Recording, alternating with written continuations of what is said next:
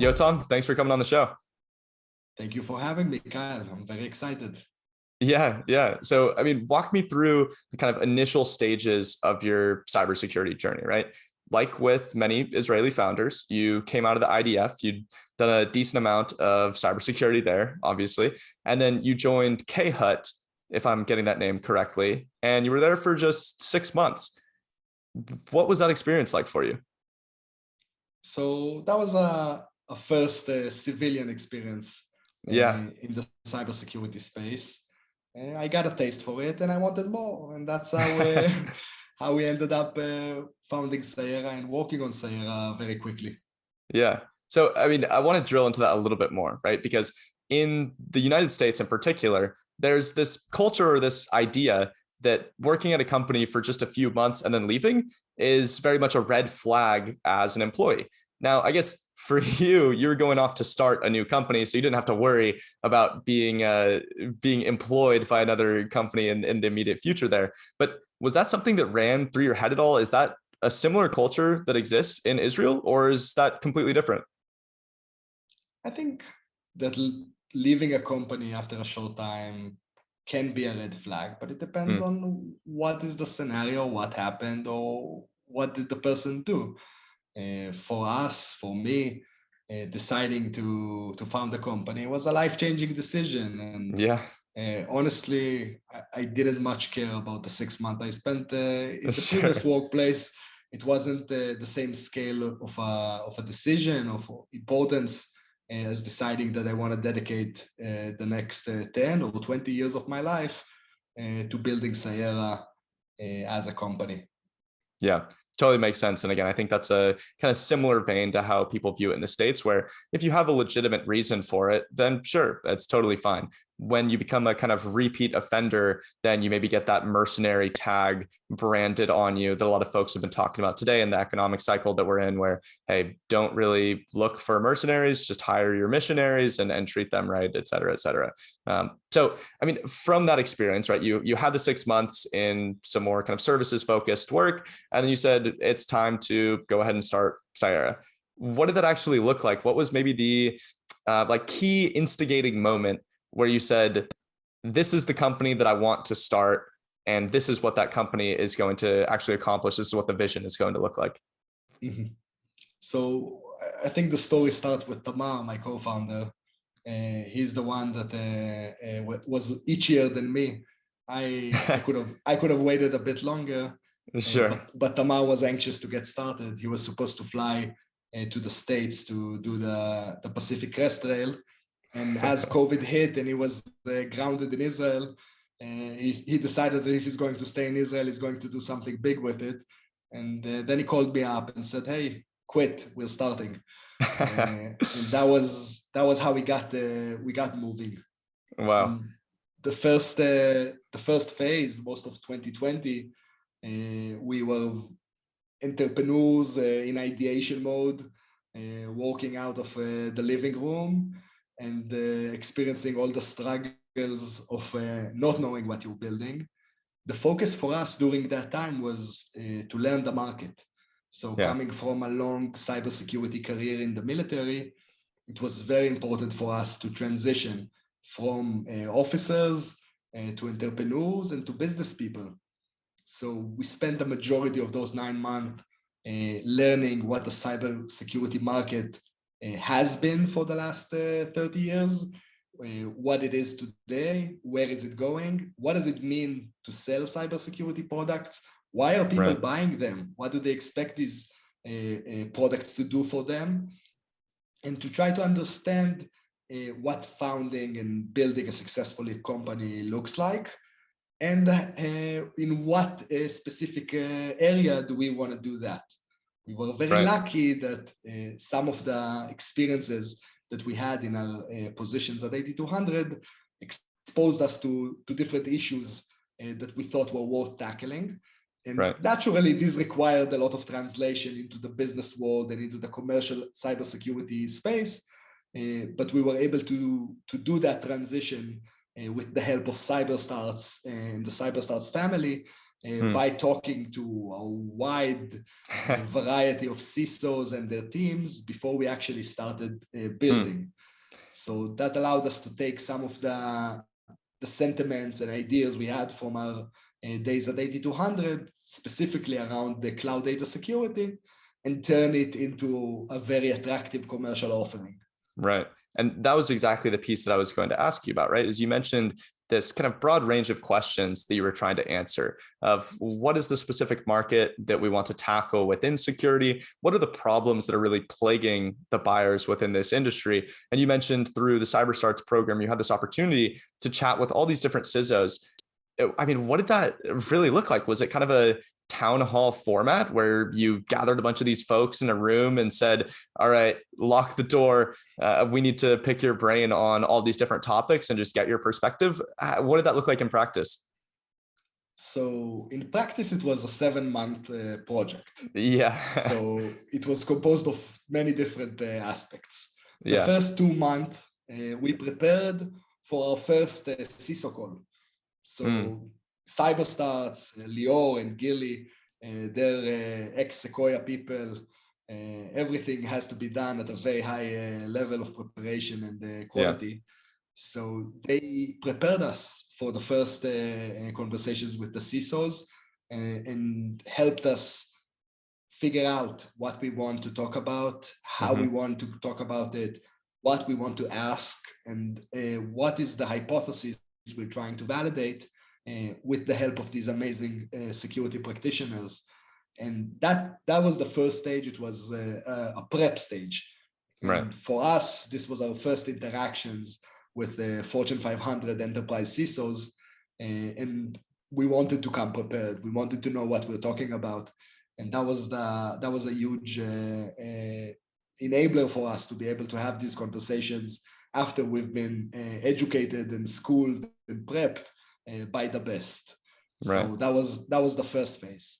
And then we started to actually have the conversations and test our hypotheses about cloud data security, the needs there, the pains there.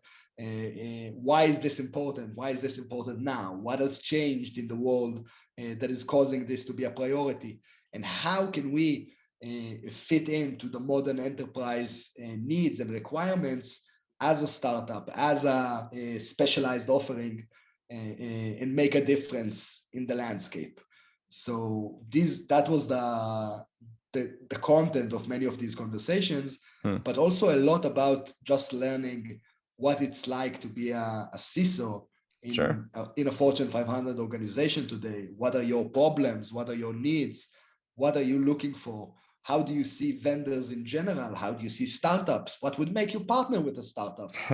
And getting those insights from such an amazing, incredible group of practitioners who really every piece of success that Sayara has is theirs, was a huge enabler for us to enter the market rapidly and accurately. Right. So, I mean, from a financing standpoint, right, this process that you've just described is certainly not short. You mentioned like 8-9 months that you went through this essentially learning process and trying to confirm that the problem that you were going to go out and tackle was one that needed to be solved and that you had a right solution for that problem. What did that look like from a financing standpoint? Did you raise a pre-seed round in those very early days, or were you just kind of flying by the seat of your pants and hoping that the money would come in later when you had that fit nailed down? So we were actually very lucky to have gotten CyberStart's trust even before we did this process. So they invested the seed round before we went through this process based on the general area we were going to tackle, and the team's qualities, and our history. Much of what we've done over the last decade, I can't discuss on this call or in any other call. Yeah. But it's not my place to say, but I think we've done a pretty good job what we did, and that played well for us. Right. Okay, so talk me through the next step of this journey, right? Because you had this whole learning experience of here are the different data solutions and problems that exist when it comes to cloud data control. How did you arrive specifically at the Cyera product? So I think that before we arrived at the Sayara product, Okay. we arrived at a crisp understanding of the pain that customers are experiencing in this area Yeah. and of the realities of the enterprise. And that is something that is almost, it's almost a mind transformation experience for Okay. us coming from a very agile, a very fast-moving organization. 8200 is sounds like the military, but it's as far away from the military as you can imagine Sure. from the way the work processes operate. And it was a long journey for us to understand what's it like to work in a big enterprise and how do you make software, modern software, that answers the enterprise's needs Hmm. and fits the reality. That was a So huge part of the process for us. yeah, break that down for me a little more because a couple things that come to mind for me when we talk about security would maybe be like ease of implementation, for example, ensuring that there's very clear prioritization of the different issues that are identified by a tool, ensuring that you're maybe not introducing too much operational friction into the organization. What were like, again, maybe just a couple of those top items that you identified and said, okay, our solution absolutely needs to address these couple of enterprise concerns? So I think everything you just stated is absolutely right and is at the heart of every enterprise sales motion. Hmm. I would add to that a few other things Sure. that we've seen. So first and foremost, when you're talking about cybersecurity today, you have to acknowledge the skill shortage. Hmm. Every organization is trying to hire cybersecurity professionals and is challenged. They're lacking employees in this regard and they're lacking expertise in this regard because it's Right. just not available on the market. So when you're coming in and building a product in this time and day, you have to make sure that this product doesn't require 5 years of experience in cloud Hmm. data security in order to operate, because those people are not going to be there to operate it. You need to make something that is almost a B2C product in how easy it is to operate, because Interesting. most likely the person that will be tasked with operating it will have between no and 2 years of cybersecurity experience. So it has to be something that is very simple, very usable, very friendly. And that's a challenge you need to overcome with your product. And if you ignore it, if you build something that requires an expert, it will be very hard to use for the enterprise because Right. they're lacking those experts. Okay. What else is on that list for you then, besides the skill shortage piece? I think another aspect that you have to look at is how does the security organization influence the business? Hmm. So security leaders today are looking to do much more than just security. They're looking to have a business impact on their Yeah. enterprise. They're looking to be business partners for the other executives in the organization. And when you're building a product, it's a good idea to think how this product empowers your buyer and your users to influence the business of their organization. How does your product make them into a more significant contributor to the organization's bottom line? Right. And these are things that we learn from the practitioners themselves. They told us, we care, we want, this is what we're looking for. And knowing that, we were able to make sure that we address it. Okay. And so going back a couple minutes now, you mentioned this kind of two-pronged dynamic where you very clearly understood both the challenges with enterprise security and how you needed to ensure that your platform addressed that. And then you also very clearly understood the challenges with data security in the cloud. We just talked through the enterprise aspect of it. What were those kind of key takeaways that you heard as far as the cloud data security components? So I think that what we learned from this process about the cloud data security challenges are a few things. First and foremost is the loss of control. For many, many years, organizations worked to lock down their data, to keep it in vaults. And in the modern reality, data has become so fundamental for the business, so important to the company's business advantage, that locking it down is just not an option anymore. Yeah. If you lock it down, you're preventing the business from accelerating. Right. If you lock it down, you're hindering innovation. And those are things that security leaders can't do anymore. They have to enable the business to leverage data to its maximum business value.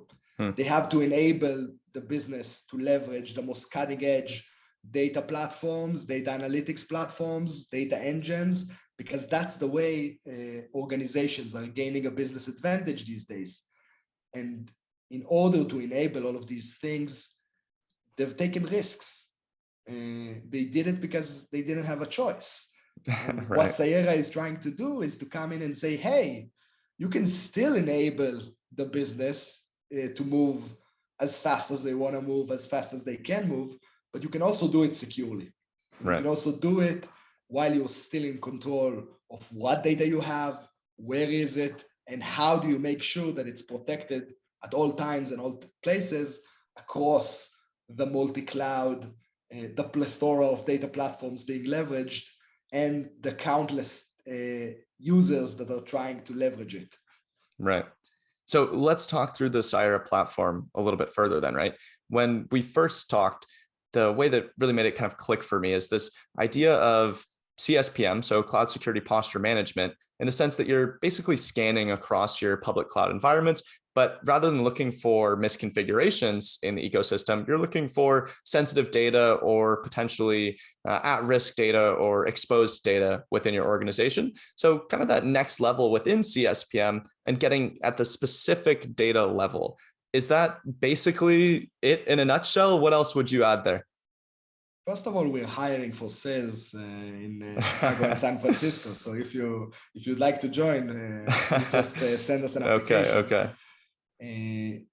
I think that in a nutshell, that is it. In a nutshell, it's being able to answer 3 questions that sound so simple, but in reality are so difficult to answer for organizations. And that is, where is our sensitive data? Is it at risk? And what do we do about it? Right. And I think that the key elements is being able to answer those questions automatically and continuously across the cloud environment, to be able to answer them at scale, and to make sure that the findings that we provide are actionable, that the things that we are putting on the security team's table are the things that they can actually take care of, and that the platform provides them all of the context, guidelines, information required to turn those problems into solved problems. Because just adding noise to the already very, very, very noisy security situation doesn't do anyone any good. Yeah. The trick is to be specialized and to really understand the problems that you're detecting so well and so deeply that you're able to also close the loop on them and help remediate. Yeah, and I want to dive into that further, right? Because I think that is such a common complaint with CSPM tools, for example, and really, again, across cybersecurity as a whole, where you have this whole list of issues that pops up when you implement a new tool, which almost makes the findings and outputs of that tool unusable. And I have to imagine, right, with some of these bigger enterprises that you're working with as customers, when you turn on the Cyera tool for the first time, there's probably thousands of different findings of sensitive data that's in places where it's probably not as secure as it should be. And you have a prioritization model that exists in order to say, okay, this is high, medium, low, based on presumably how exposed the data is and how sensitive the data is. But how do you address that with your customers? How do you say, hey, when you turn this on, you might have a ton of findings that actually arise, but this is how you can actionably work through that?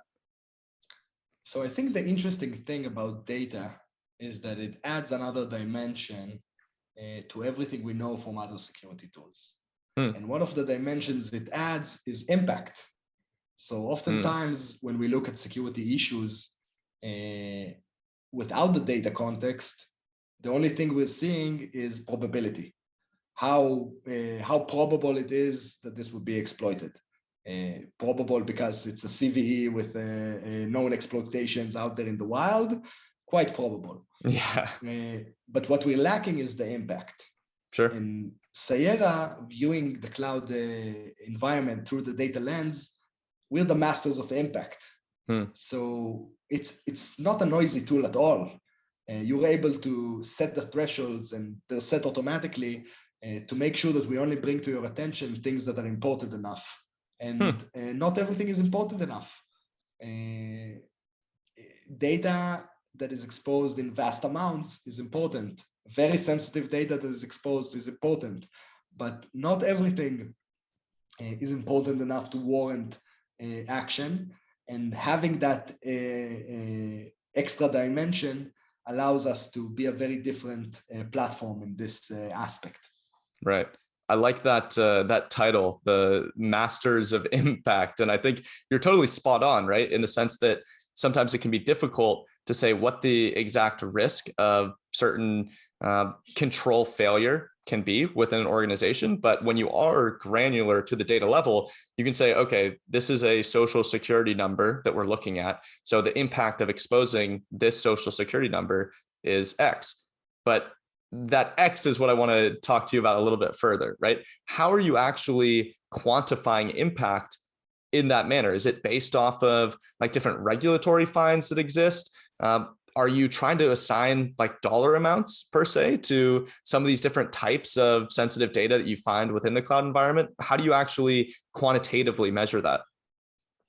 So that's a wonderful question, and one that we're asking ourselves as the product matures. Sure. And as the relationships with customers mature, and we're seeing how they would like us to quantify risk and how they would like us to talk about impact. At the end of the day, we're at the service of our customers, and it's our job to leverage the communal understanding in order to help every individual customer. But we're always learning from the practitioners, and we're always adjusting based on their needs and the way that they would like to consume information. What we're seeing is that when it comes to data, you want to do two things. You want to be very comprehensive, and you want to be very simple. And those two things are not always easy to make go hand in hand. Yeah. So at the one hand, you want a very comprehensive classification model. You want a very comprehensive risk model. But you want to turn all of that insight into something that's very simple and can be consumed by mere mortals. And that's the art of our science, right? Yeah. How do we take data that resides in different formats across different cloud platforms, different cloud providers, different data platforms, and create a unified language to address it and to address the risk associated with it across all. And that's what security practitioners are looking for. They're looking for ways to solve a big problem in a simple way. And that's what's taking us in this direction. So interesting. You have to simplify many of the complexities, and the art is choosing what can be simplified, what can't be simplified, and how to do it. And luckily, we have some very, very, very sharp product managers that are spending tens of hours a week with customers and learning from them how they would like to consume. Right. And I think risk quantification as a solution is a very challenging topic in itself that a lot of organizations have tried to solely focus on. And it's hard to get to that kind of final state that everyone's happy with, right? And then add in the scenario that you have where, hey, you're focused on building a cloud data security platform, and risk quantification is one element of that. But you have to be, like, to your point, catering to what it is that your clients actually value and the different models that they're using from a risk quantification standpoint. So it creates this kind of tricky challenge of, hey, you want to have as granular of information as possible that inform those more digestible insights, like you mentioned, but how do you do that in a way that's not kind of overly complicating and overly opaque in terms of the outputs that you're actually getting? So just to kind of wrap up this line of thought, then you mentioned that, hey, there's different thresholds for an organization to say, based on the level of impact, you can decide what types of alerts that you want to hear about the sensitive data that's in your cloud environment. What does that actually look like from a user perspective? Obviously, you've emphasized the simplification of some of these different features. So is it something as simple as like, hey, is your threshold low, medium, or high? Or what does that really look like? So I will give just one example to add some more color to it. Sure. But in the health regulations, there's a concrete threshold in the regulations that states how many records involved in a breach require notification to the authorities. And that number is a concrete number. The number is 500 last time I checked. And if it's more than 500 records, then it's one scenario. And if it's less than 500 records, it's a different scenario. Yeah. And that's a very clear line that we can provide automatically for the customer. But many organizations have painted other lines for themselves about how right. they view their security and how they view their thresholds. And it's our job to be able to adapt to those requirements and to make sure that the platform fits like a glove for their specific needs in this regard. Right. Interesting. So I mean, let's talk about the competitive landscape in this space a little bit more, right? Because we've talked about CSPM already a little bit on the episode, and CSPM is a space that's gotten really crowded. To my understanding, you're one of the earlier and more established players, I would say, in the cloud data security approach. And obviously, I think emphasizing some of these different principles that you've talked to, like making the platform super easy to use, super simple in terms of those outputs, goes a long way in making it sticky with some of these different organizations. But what is your perspective in terms of what it's going to take to really emerge as the dominant cloud data security player? That's a wonderful, wonderful question, and one that we're asking ourselves every night before we go to bed. So first of all, I'll say that I'm very, very happy that it's a competitive space. I think that the most important thing is that it's an important space. It's an important space that customers care about, that customers are willing to spend their precious budgets on, and their even more precious effort on. Right. And that is the number one thing for me, and the most important thing about will this company happen and how big of a company will it be. So that's first of all my perspective, that the competition is more than welcomed, and we're very, very glad to have them. Yeah. Second, if there's a competition, naturally we want to win. But what does winning mean? Winning in cybersecurity doesn't mean being the only company. I don't think there's any space of cybersecurity where there's a sole player and they're the only ones. So there is room for more than one winner in any space in cybersecurity, and that's just the reality of the market. It's not a winner-take-all market. And last is how to be the best we can be. And I think the competition is there to challenge us in this regard and to keep us on our toes, and to make sure that in everything we do, we know and we understand that we're not the only ones doing it. And we have to think not only 3 steps ahead, but 7 steps ahead, 10 steps ahead. And we have to build a vision that will be able to draw in customers for partnerships for 20, 30 years. And we have to be able to execute at a level of excellence for our customers that will keep them excited and will keep them engaged and will keep them wanting more from Sayera. And all of these are the challenges of doing business, right? Right. It's a pleasure to be in this game. It keeps us energetic and young and full of ambition. And I'm loving the game. I'm loving the challenge. Not that it's easy; it's wicked hard, Yeah. but it's the good kind of hard, the hard that makes you better. Yeah, and you mentioned this idea of just having multiple winners in the space and how many different security companies exist. A recent number that someone told me is 2,700 different cybersecurity companies exist today. So to your point, everyone has some company that's doing something similar. No one's in a complete isolated space working on a problem that no one else has even thought of yet, right? So to your point, certainly room for multiple winners, and obviously even as we've seen in the CSPM space, we'll see how that continues to play out. But there's 5 to almost 10, maybe even like established players in that market. And so again, it'll be interesting to see how that all evolves. Now, the next piece I'm curious about is what that kind of more immediate strategy looks like to continue expanding the Cyera footprint. On the last episode, talked to Yasser at Polymer, and he was talking about just the kind of continued integration and contextualization for their product, which was essentially DLP for SaaS. So somewhat similar in the sense of data sensitivity, data classification, but specifically for SaaS applications as opposed to public cloud, which is obviously more what Cyera is focused on here. So even these two examples are somewhat similar problems, but in different spaces, which lead to very different solutions in how they've been designed. And so part of what I'm getting at here is, as you think about the kind of broader vision of what Cyera can become, there's this idea of potentially expanding to data classification and data, really just data security across the broader ecosystem. But there are all these different pockets that have very different approaches to that.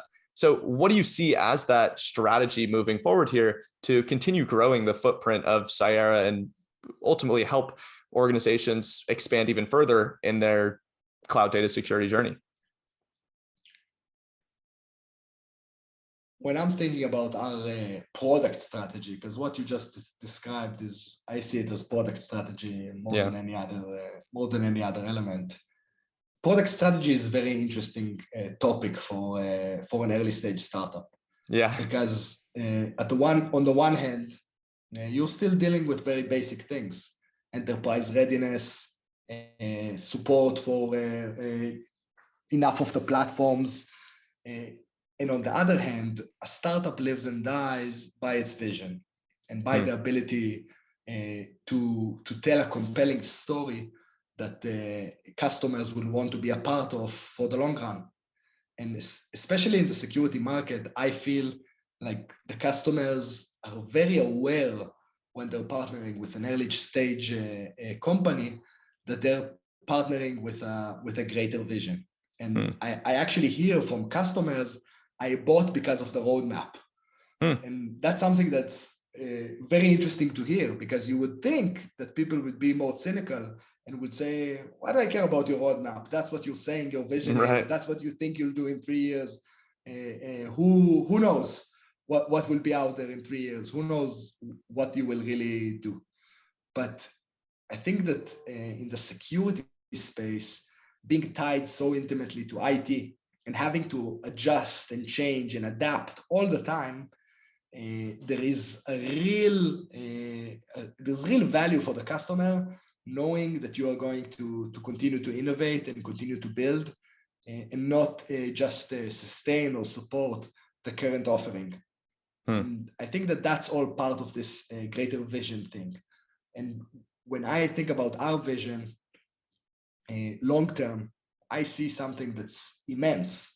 I think that data in the cloud is the most interesting thing that is happening these days. And it's, in my mind, the most interesting thing that is going to happen for enterprises for the next 10 or 15 years.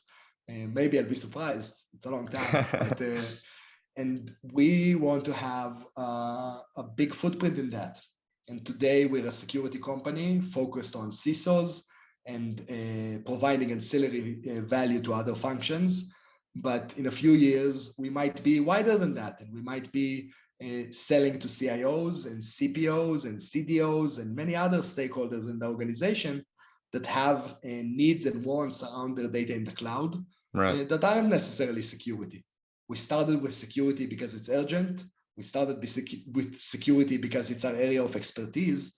But I think that the potential here to deliver value to the enterprise is almost limitless.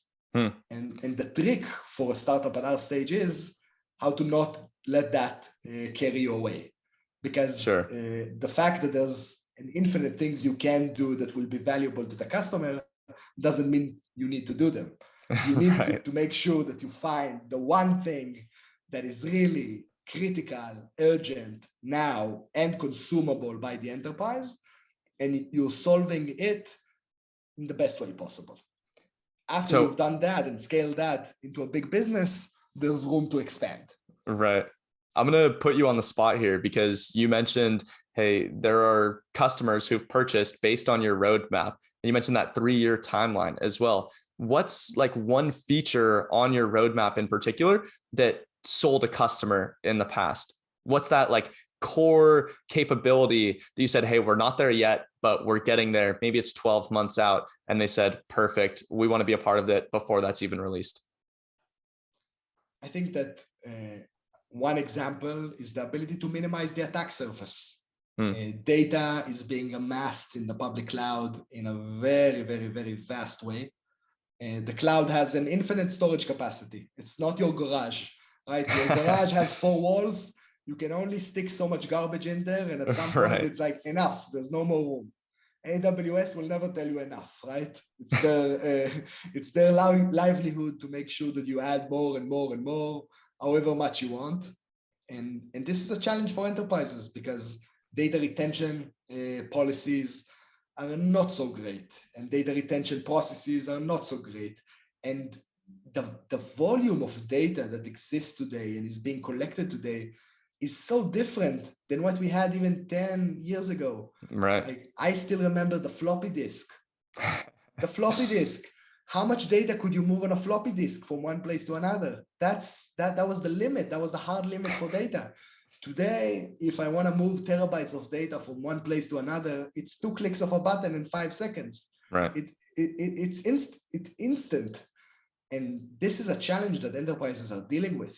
Data is being duplicated over and over and over again in their environments. They're losing control over the source of truth, and they're losing the ability to validate the integrity of the data, and they don't have the processes and policies in place to actually go in and say, hey, this is duplicate data, this is redundant data, we're minimizing all of this, Right. and we're focusing on just one place or one store that is the live source of truth for our information. And I think that these type of challenges are challenges that are further out in the roadmap for Sayera, and are very appealing to enterprise customers that are seeing what's happening for them with the cloud adoption, and can only imagine how bad it's going to be in a couple of years. Right. It's interesting to hear you say, I feel like one of the common threads over the course of this conversation that's frankly a bit more unique compared to a lot of the founders I talk to is you clearly have an eye to a much longer time horizon than I would say, again, the average founder, in the sense that you've mentioned, okay, we want to be around for 20 to 30 years, or what is cloud data security going to look like in 10 to 15 years? Even to me, that seems like almost incomprehensible, just given how much security evolves year over year, much less every 5 years or every 10 years. But I think that says a lot in terms of just how you're framing the future of the company and the strategy that comes along with it. And some of these other, let's say, innovations in terms of overall, like how data is processed, how data is transformed, how data is transported. And those really all impact cloud data security as well in a fairly substantial way. So again, it's just interesting to hear you talk to that time horizon and how that influences your strategy beyond just, hey, this is what our customers are asking for right now. So last question for you here, ceremonial last question on Secure Ventures. Are you currently looking for investment or hiring? And you already alluded to the sales roles in Chicago and San Francisco. So we've got that one out of the way. What else do you have for the listeners here? So I think that at this time, we're growing one by one, piece by piece. Sure. and always trying to find the highest quality people and the best professionals and the actual missionaries to join us on this long Right. horizon journey. And that's something that's always true. And if, always like to meet good people from the industry in any regard. So if anyone is interested, they're more than welcome to reach out directly. And I'm a very responsive person to all approaches. Kyle, Perfect. thank you for this opportunity to speak with you. It was a pleasure. Yeah, thank you. No, again, really looking forward to following along in the coming years here and seeing how that longer term strategy, like we discussed, continues to evolve and how you continue to make waves in the space that, like we talked about, is seeing a lot of attention today from these CISOs. And it's something that people desperately want to see solved. And I think you have a good story in terms of how it fits into the broader cloud security ecosystem. So again, I'm excited for what's next for you. Thank you so much, Kyle.